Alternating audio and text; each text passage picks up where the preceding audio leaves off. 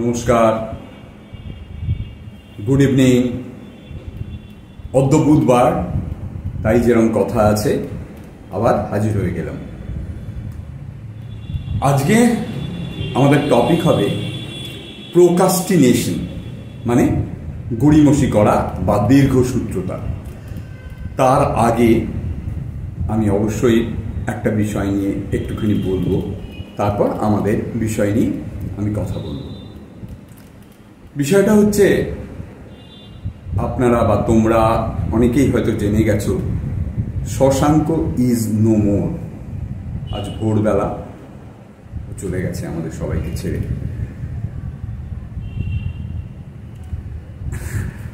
That his life is all about absurdity of existence.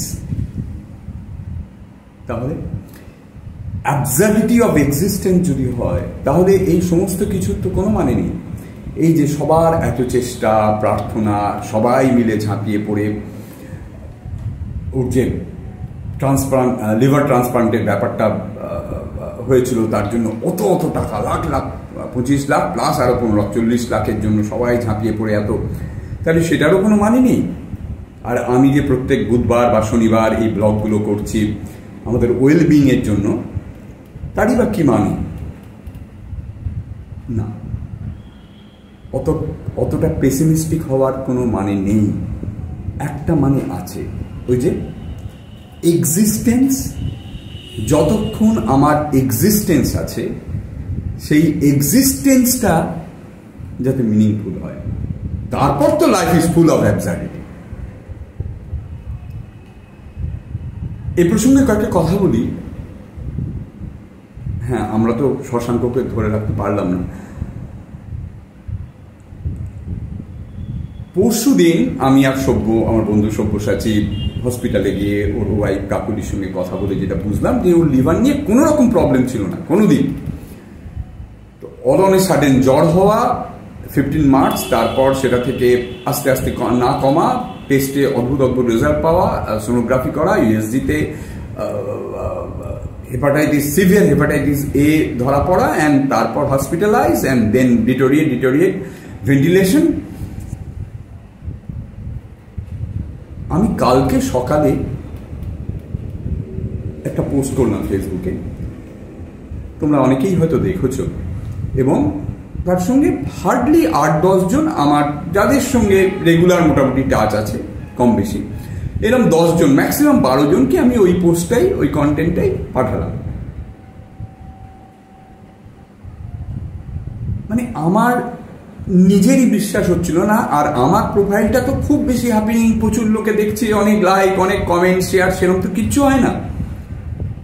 সেখানে মানে তার সূত্র ধরে চেনা অচেনা বন্ধু, সেই আবার অন্যজনকে শেয়ার করেছে, তার প্রোফাইলে শেয়ার করেছে, তাদের ছাত্রছাত্রী, সে অদ্ভুতভাবে কত মানুষ যে এমনিতেই তো শশাঙ্ক বন্ধু বান্ধব, আত্মীয় স্বজন, নানা দিক থেকে ওদের এই মিলাপের যে ক্রাউড ফান্ডিংটা চলছিল প্রায় 5-6 দিন ধরে, মানে অ্যাজ পার মাই নলেজ গোজ, সেটা তো বটেই, কিন্তু আমি ওটা দেওয়ার পরে কত মানুষ আমাকে ফোন করেছে এবং অ্যানোনিমাসলি দিয়েছে। পেড্রো থেকে, ঋত্বিক থেকে, অনিক থেকে, সায়ক থেকে, প্রবীর দা নিজে একজন সিভিয়ার পেশেন্ট, অনিকও তাই, এবং প্রায় সবাই অ্যানোনিমাসলি ওখানে টাকা পয়সা দিয়েছে। কিন্তু যেটার জন্য আমি এটা উল্লেখ করছি, পেড্রো তার আমাকে ওইটা আমার পোস্টটা দেখেই ফোন করেছিল যে এরকম ব্যাপার গৌতম, কি, যাই হোক, আমি তো আমার মতো করে সামান্য চেষ্টা করছি, আর আমি আমার অনেক ছাত্রছাত্রীর কাছে শেয়ার করছি। ঋত্বিকও ওর স্টুডেন্টদের কাছে শেয়ার করেছে, কলেজে বলেছে। প্রচুর স্টুডেন্ট অ্যানোনিমাসলি 100, 200, 300 টাকা করে দিয়েছে। মানে যেটা, হ্যাঁ, অনেকে তো 2000, 5000, 10,000 আরো অনেক দিয়েছেন, কিন্তু এইটা আমাকে সব থেকে বেশি টাচ করেছে। যাদের সঙ্গে আমাকে তো চেনেই না, শশাঙ্ককে চেনে না কোনো, কিন্তু মানুষ কিভাবে জুড়ে গেল, ওই যে বেঁধে থাকে।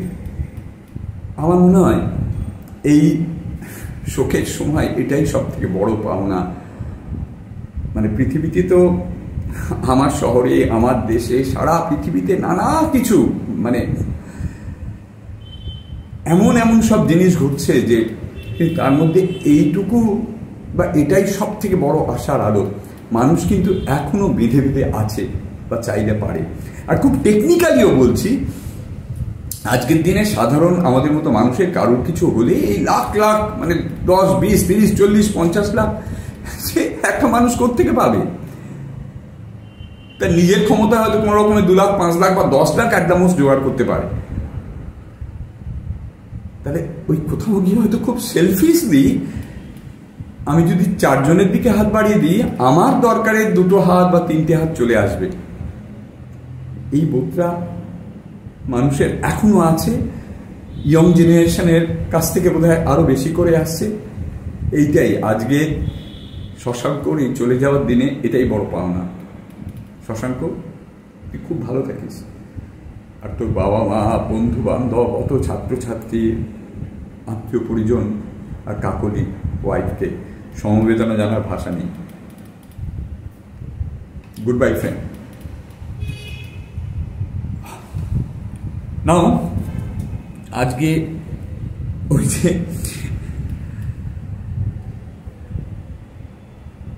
সরি মানে ওই অ্যাবসার্ডিটি অফ এক্সিস্টেন্সের বাইরে বেরিয়ে যে চেষ্টাগুলো আমি নিজের জন্যও করছি, তোমাদের সঙ্গে একটু ভাগ করে নিতে চাইছি।